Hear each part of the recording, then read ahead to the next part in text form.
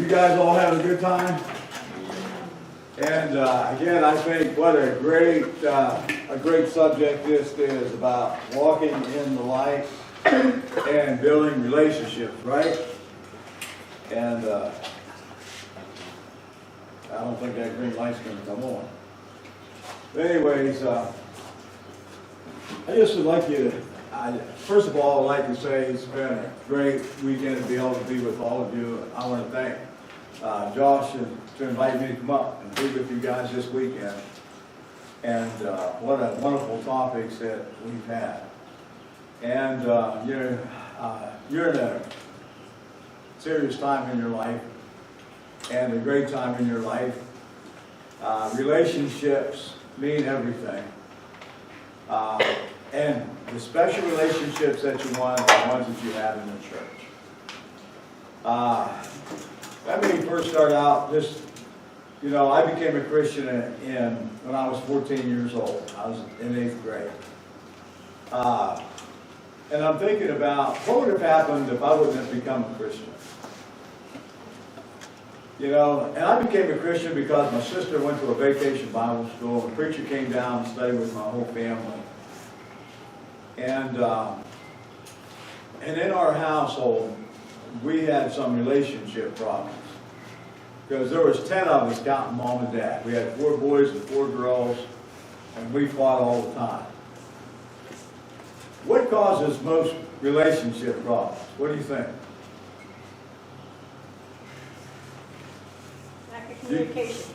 What is it? Lack of communication. Okay, lack of communication. All right.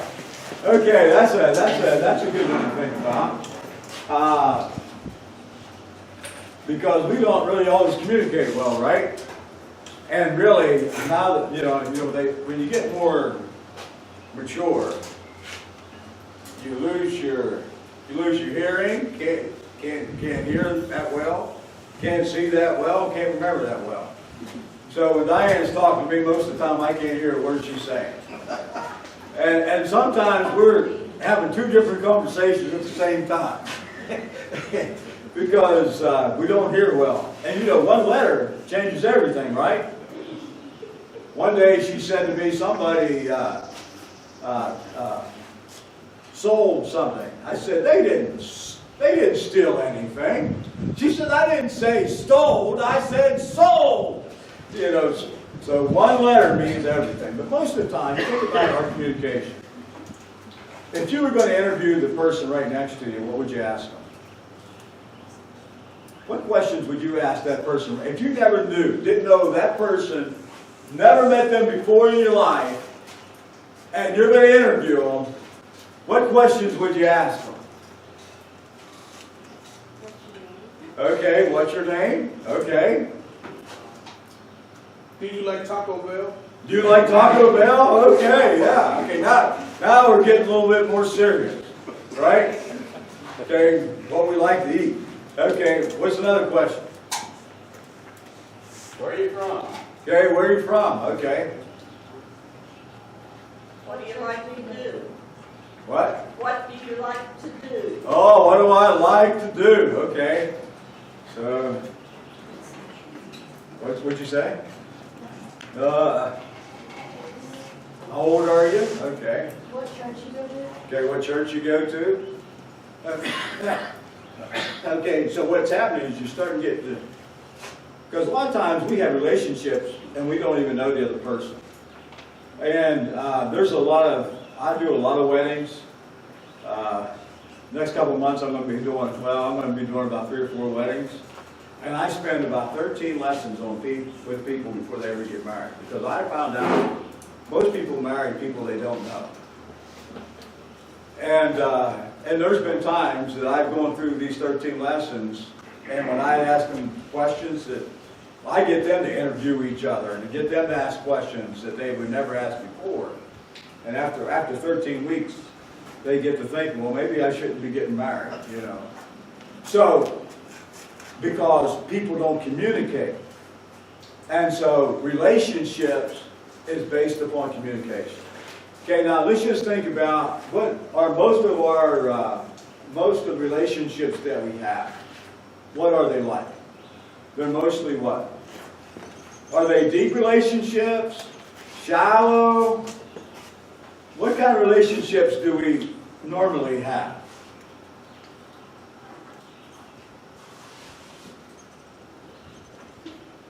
Well, I think most of the time our relationships don't go very deep. Okay? And I think a lot of it does have to do with communication. Like, for instance, there's 5 different levels of communication. Do you know that?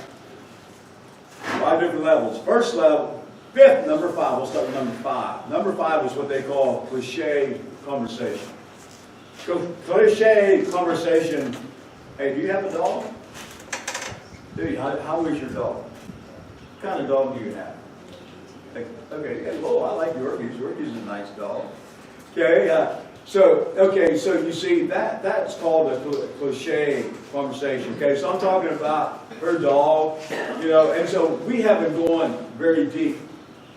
Okay, and then that's level 5. Level 4 is we talk about the facts.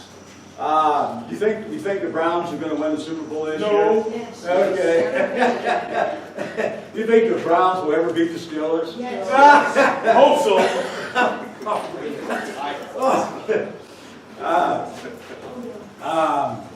You think the Buccaneers will ever win? Do you think the Buckeyes will ever win another championship? I don't get very much response out of that. Okay, those are. Did you hear what the weather is going to be like? Who won the baseball game last night? Okay, so that's level 4, because all I'm talking about is what? I'm talking about facts. Okay, and they're just obvious facts that you have listened to, you got off television, or something that you read. And when you state those facts, there's no risk involved, right? I forgot, what's your name? Kara. I asked Kara about her dog. There's no risk involved, right? None. There's no risk for Kara talking to me about her dog. Okay? And when I ask, what's the weather going to be tomorrow? Is there any risk involved? No. So most of the time, our conversations are where? On levels 5 and 4. Now we get to level 3. Level 3 is you maybe throw out an opinion. And you throw out a judgment or maybe an idea. What would be a judgment or an idea that you might want to throw out? It's something that you don't really have to own. I don't think the Browns will win. Okay, there's an idea. Okay. You don't think they'll ever win against the Steelers, right? Correct. Okay, all right. Okay, so there is an idea. But really, we're not going to get into a big fight, but it is an idea, because what it does, it tells me a little bit about his feelings, but it really hasn't gone that deep. Okay, but when I go to level 2, I give you my idea.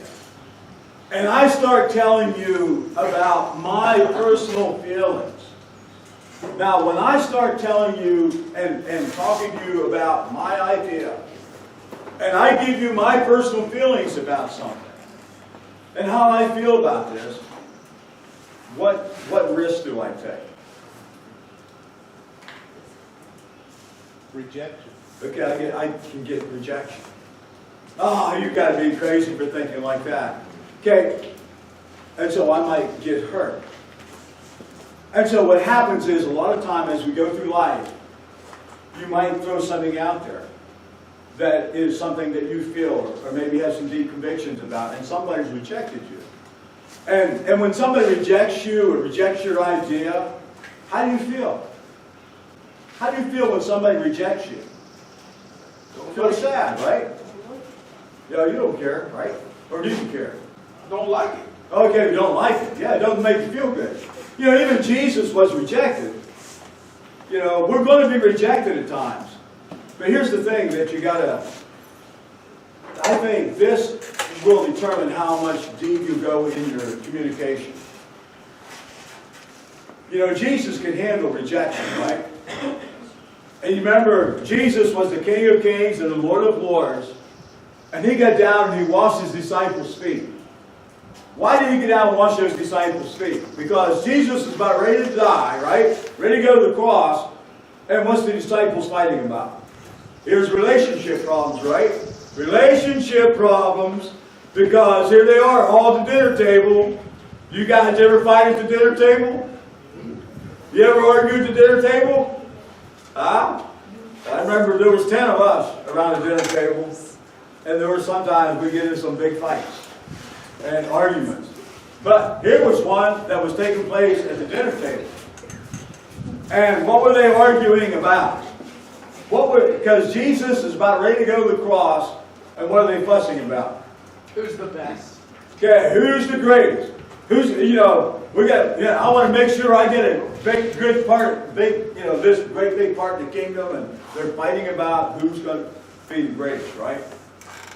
Now, most of our relationship problems comes because why? What were they? You think they were being selfish or not?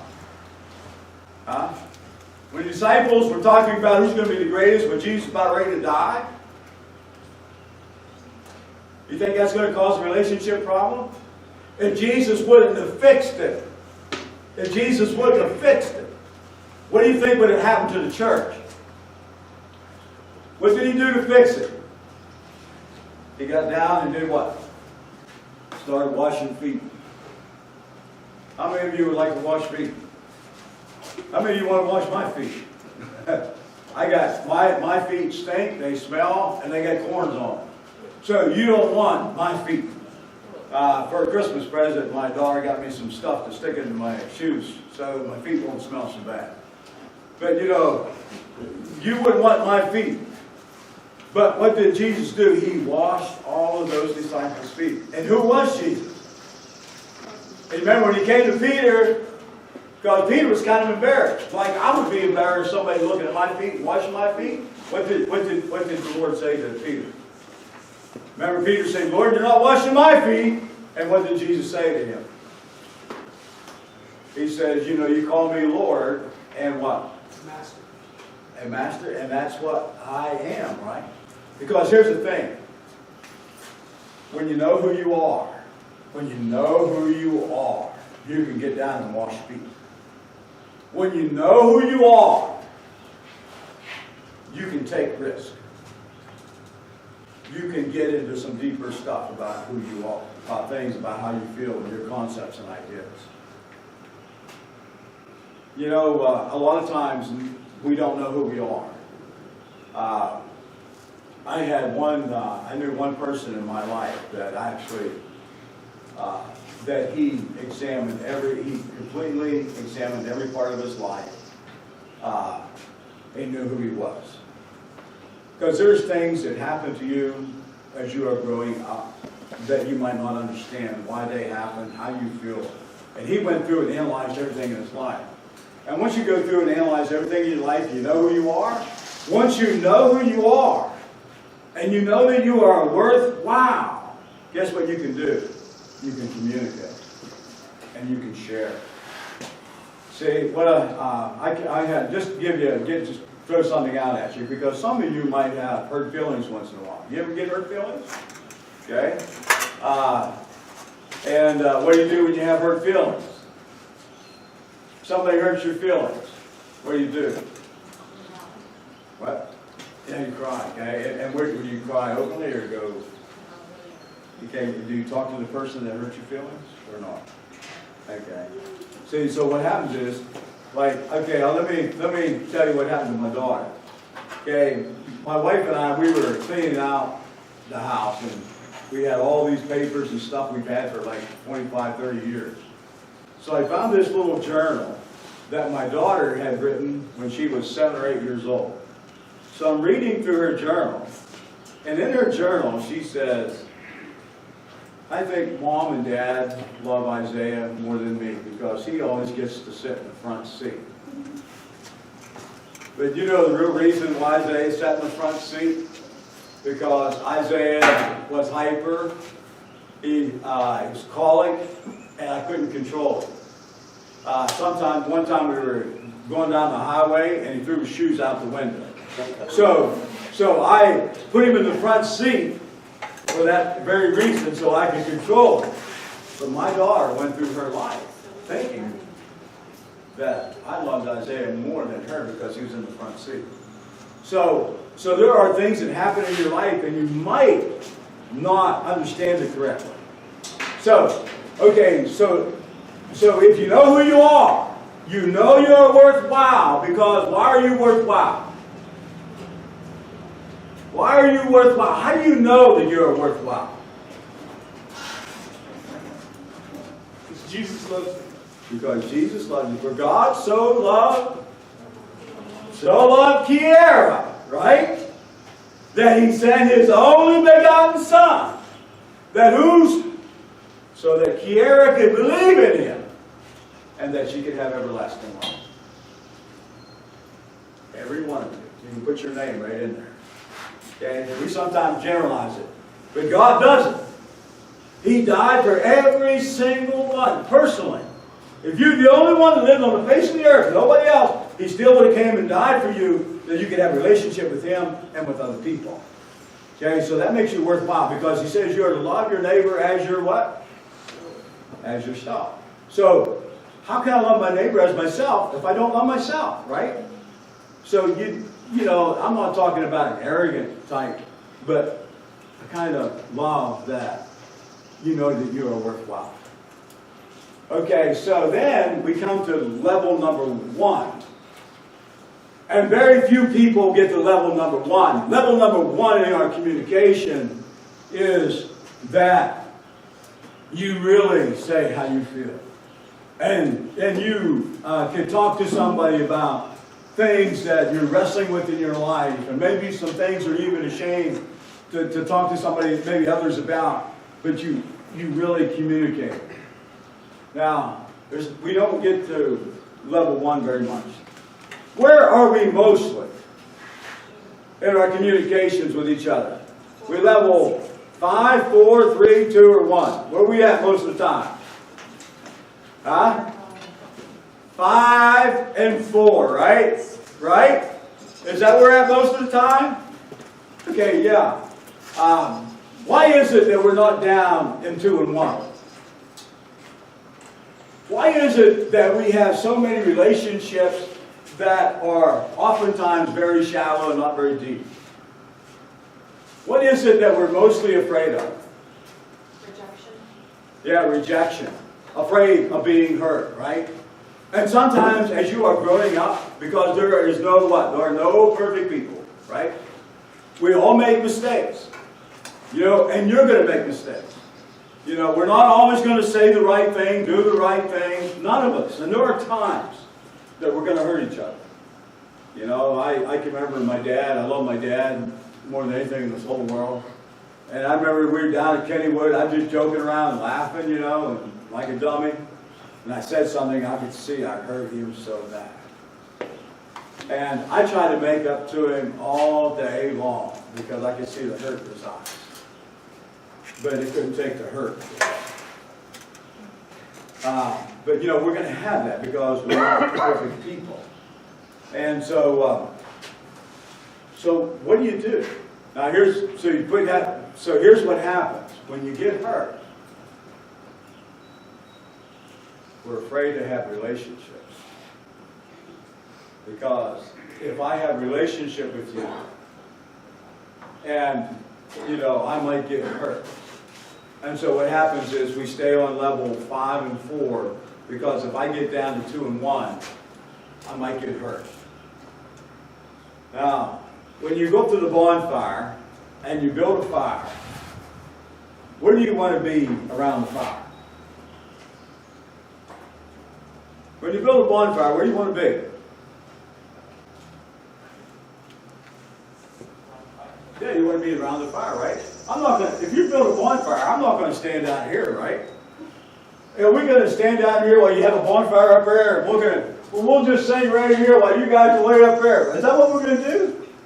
We want to get close to the fire, right? Because when you get close to the fire, you get what? You get warm. You get this little closeness, and you get this feeling about being together. But if you get too close to the fire, what happens? You get burned. And so sometimes you will get burned. But here's my feeling on all that. I think that relationships are worth getting burned over. And so we all are going to get burnt once in a while.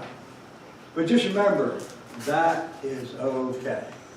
Okay? But now, so when are we at level 4 and 5? Okay, let's say the Steelers make it to the Super Bowl this year. And that's making me laugh a little bit.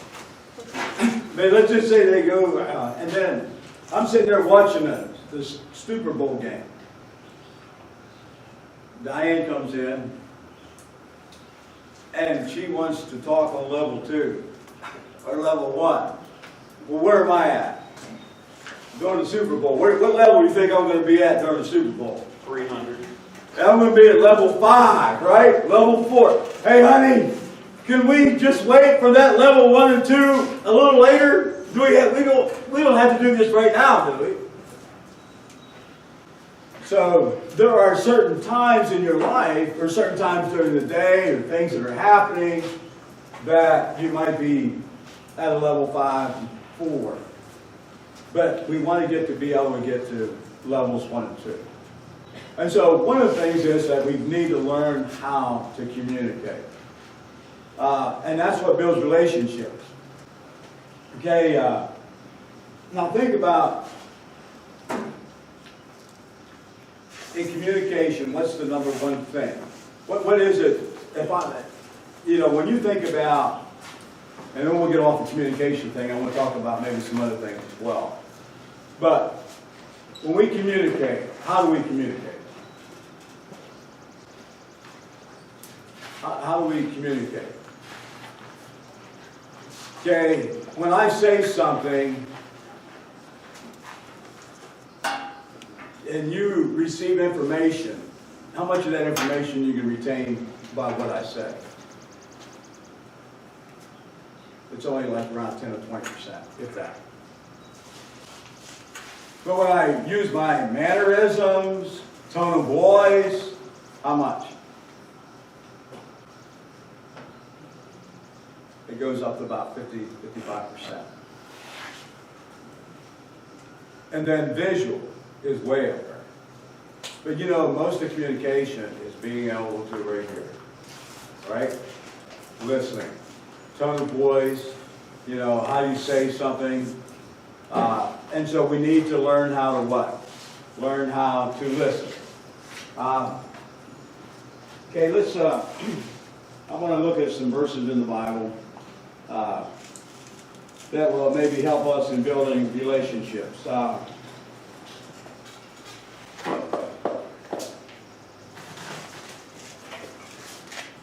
Okay, let's look at Romans chapter 12, verse 18.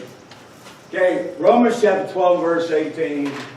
He says, if it be possible, as much life in you, live peaceably with all men. Okay, are there some people hard to have a difficult relationship with? What do you guys think?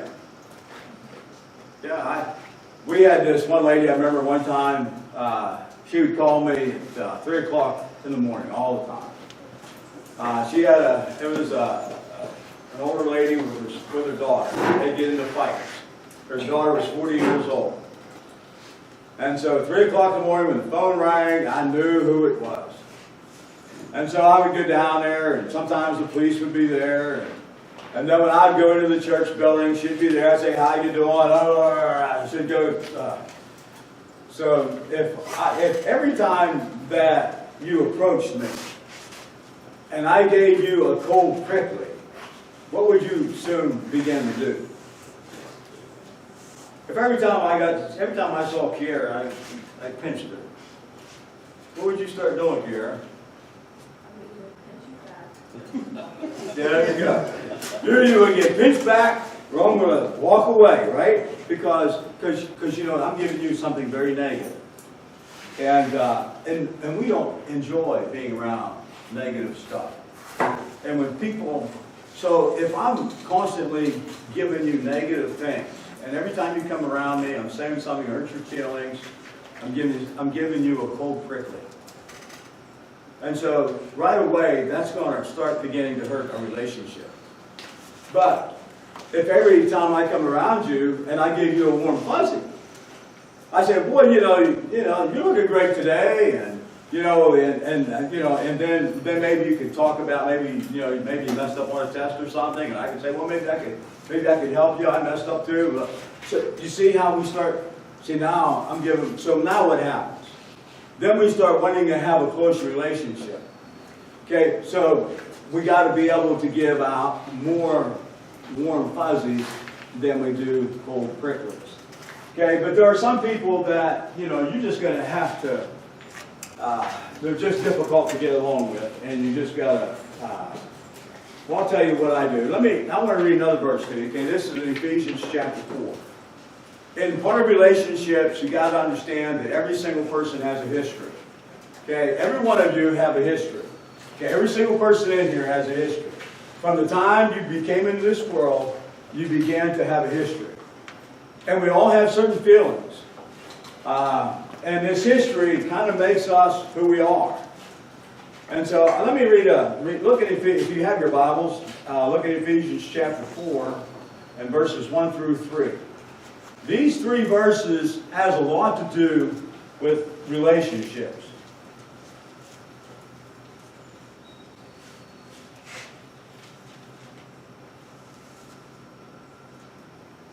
Okay, he says, therefore, the prisoner of the Lord, beseech you that you walk worthy of the vocation wherewith you were called. With what? With all lowliness, right? All lowliness, which means what? How should we walk? When we say lowliness, what does that mean? What is it? Humility. Humility. Okay, so we're not arrogant. So if we want, how do you feel about being with arrogant people?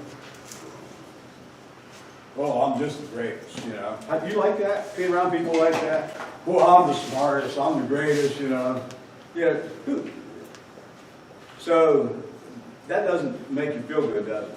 And it doesn't make anybody feel good. So here he says we are to have a spirit of what? Lowliness. Okay, now look at the next word that he uses. And then he says, with what? What's the next word? What translation? Mine has meekness. Does anybody have another word that's used there? What is it? Gentleness. Okay, being gentle. Okay? We were talking about that earlier. Back when I was chasing Diane around, she was running as fast as she could go because I wasn't very gentle. I was just clobbering her with the Bible. If I clobbered you with the Bible, would you feel good about that? No. Did you run the other way? Yeah. Okay, so that's what she was doing because I wasn't being gentle. Okay, so we've got to learn to be gentle with people. David, you know, when you think about, remember we talked about King David? When he got mixed up in a big sin, right? Oftentimes thinking, David was living today, and he was a preacher in the church. What would we do to David? What would we do with him? I think I know what we would do with him, right? But you know, God was what? He should have got the death sentence, but what did he get? God gave him grace. God gave him mercy because he was willing to confess his sin and to change. Okay, but here's what David said. David said, God's gentleness has made me great. God was gentle. You know, we talked about with those disciples fussing at the table, what was Jesus? He was gentle. And so we need to learn to be gentle with each other. Okay, then he says, what? What's the next thing? Long. What is that? What's that word? What? long suffering. Okay, what's that mean? In our relationships sometimes, even as campers, you guys got to be long suffering with each other once in a while?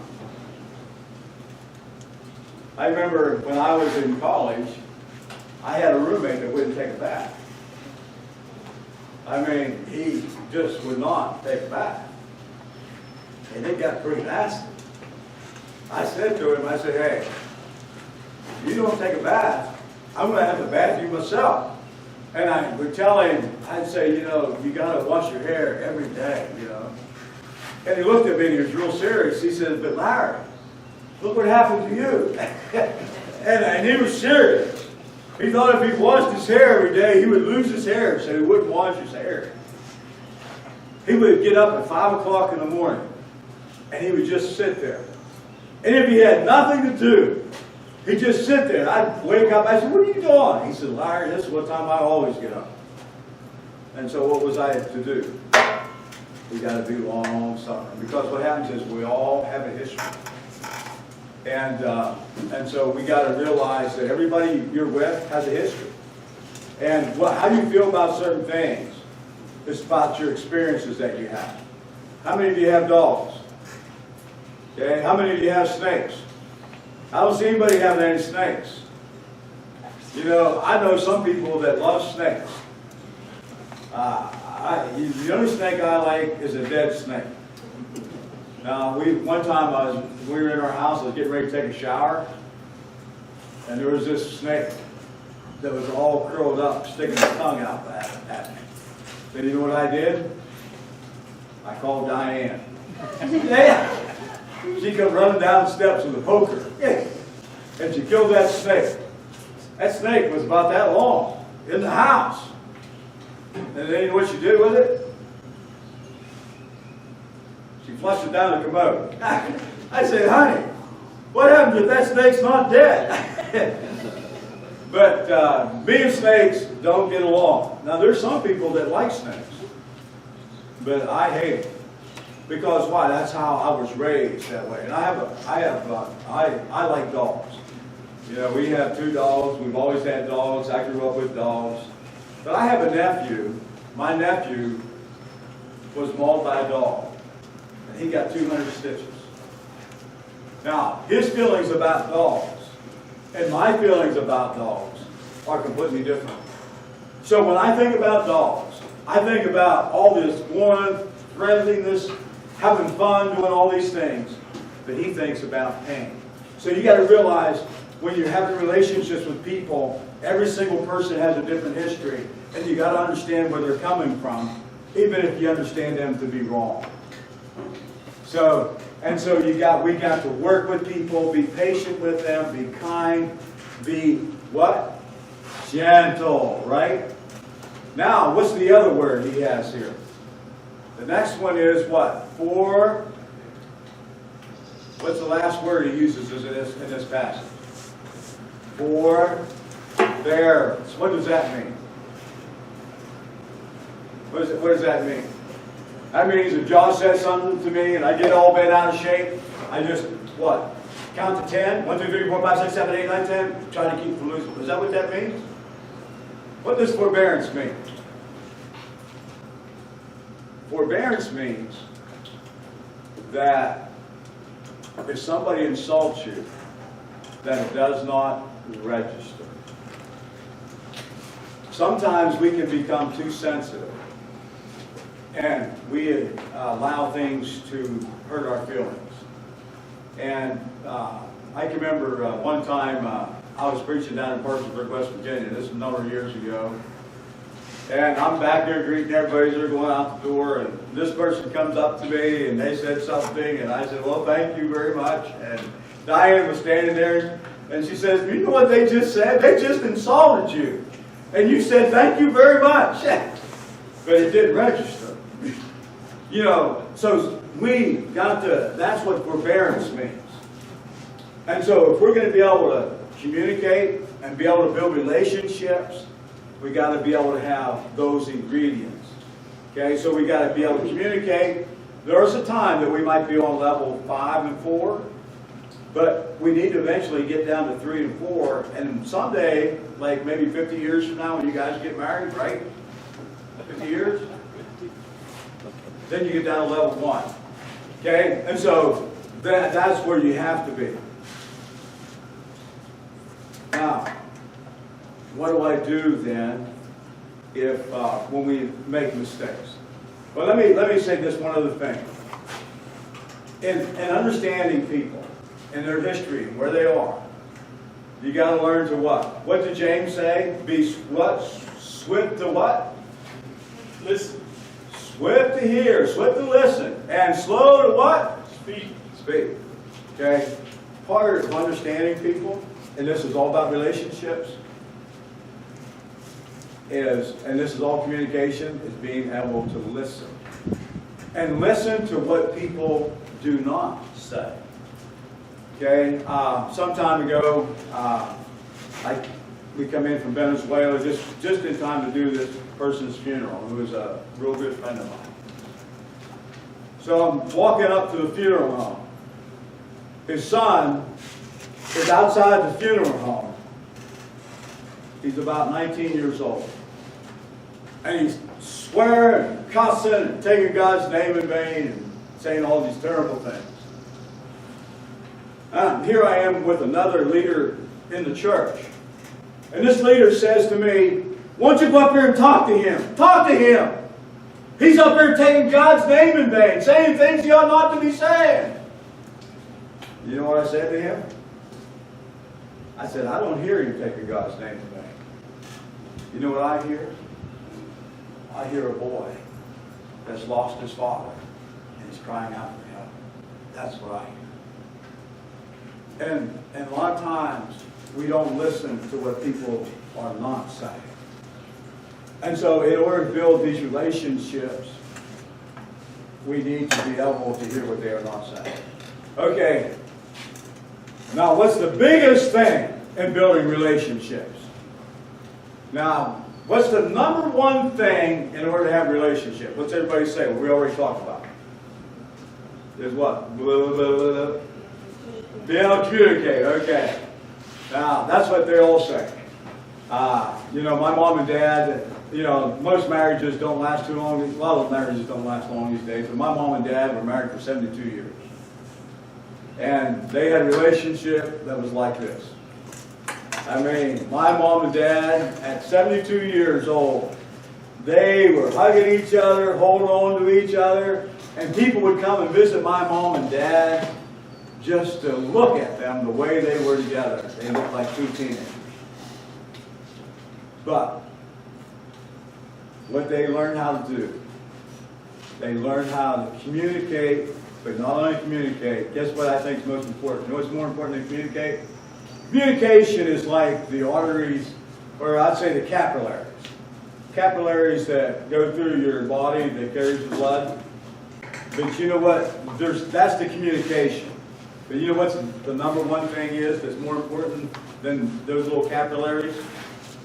I say this is the artery of relationships. What do you think it is? What is it?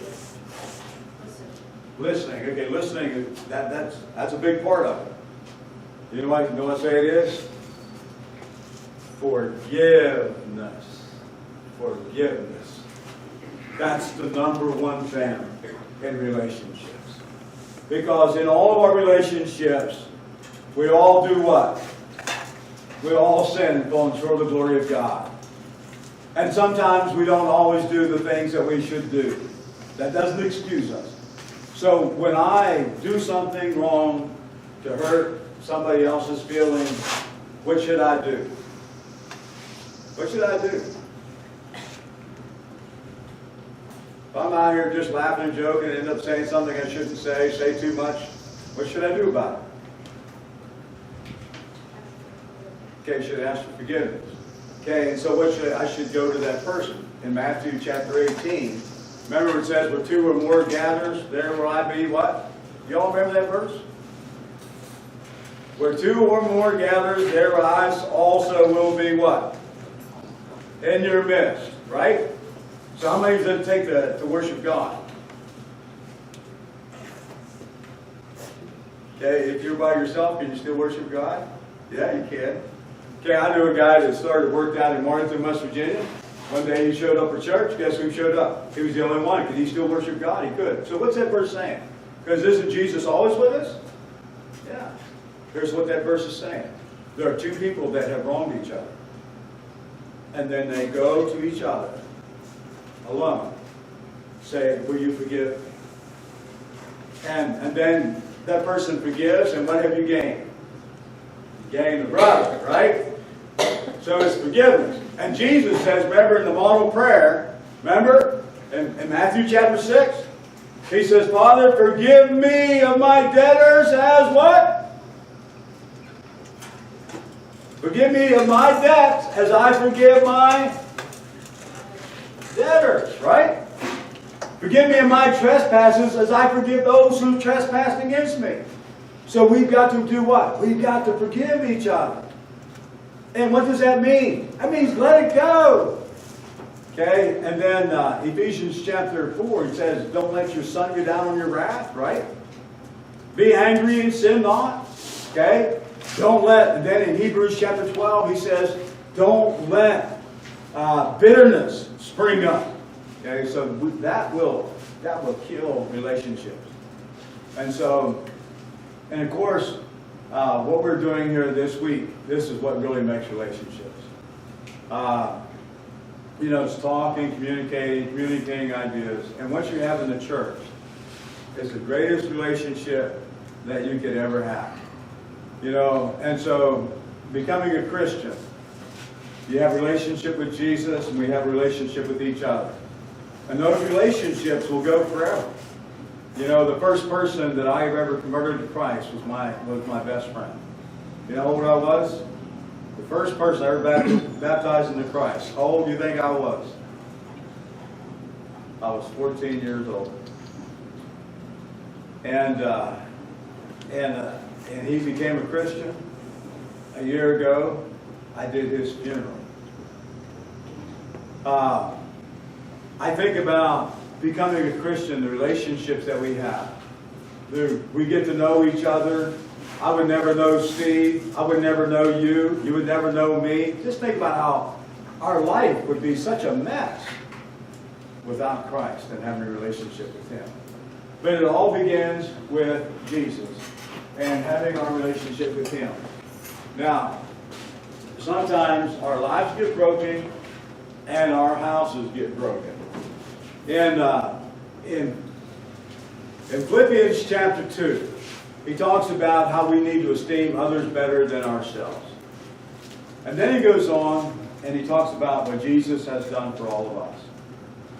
And it reminds me of the story one time of his father and his son were walking across the field, and his father stepped on an anthill and killed and broke the homes of these ants. And this little boy cried out to his dad, and he says, Daddy, look what you have done. You have destroyed their home. Fix it, Daddy. Fix it, Daddy. And the father said to his son, the only way that I can fix it is that I would have to become an ant. And so, what God has done, He allowed His Son to become one of us. That we can fix. So that relationship that we have with God can be fixed. And the relationship that we have with each other can be fixed. And it's amazing what Jesus can do. So, if there's somebody here this afternoon that needs the prayers of the church, and maybe the relationship that you have with Jesus isn't what it ought to be, and we're in this thing together. And remember, here, let me throw this one thing out at you. Remember we talked about levels 5 through 2? When you talk to God about your sins and where you messed up, what level are you? Are you talking to God in level 5, 4, or are you down in level 1? Okay, we want to be in level 1, right? Isn't that what we want to be when we talk to God? And right now, we want to be in level 1. And so if you're here and maybe you need the prayers of the church, or maybe somebody needs to respond to the invitation by needing to be baptized in Christ, why don't you let it be made known as we